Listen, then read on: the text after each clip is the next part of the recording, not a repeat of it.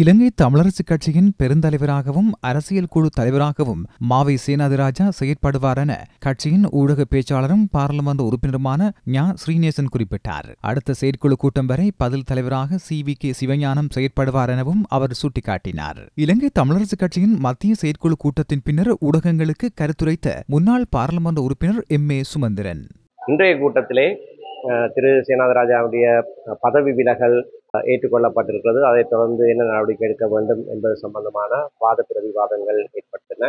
சிலர் அதனை ஏற்றுக்கொள்ள முடியாது, அவர் அதனை வாபஸ் பெற்றிருக்கிறார் என்ற கருத்துக்கள் எல்லாம் சொன்னார்கள்.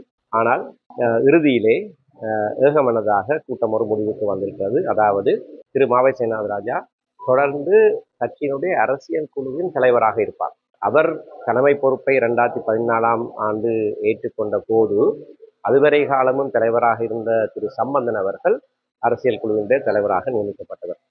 அதை போலவே திரு சேனாதிராஜா தொடர்ந்து அரசியல் குழு தலைவராக இருப்பார். ஆனால் கட்சி தலைமையை பொறுத்தவரையிலே எங்களுடைய யாப்பிலே சொல்லியிருக்கிற வாசகங்களின்படி எஞ்சிய காலத்துக்கு பதில் தலைவராக கட்சியினுடைய சிரேஷ்ட உபதலைவராக இருக்கிற திரு CVK சிவஞானம் அவர்கள் கடமையாற்றுவார் என்று வாக்கெடுப்பில்லாமல் ஏகமனதாக ஒரு தீர்மானத்தை எட்டியிருக்கிறது.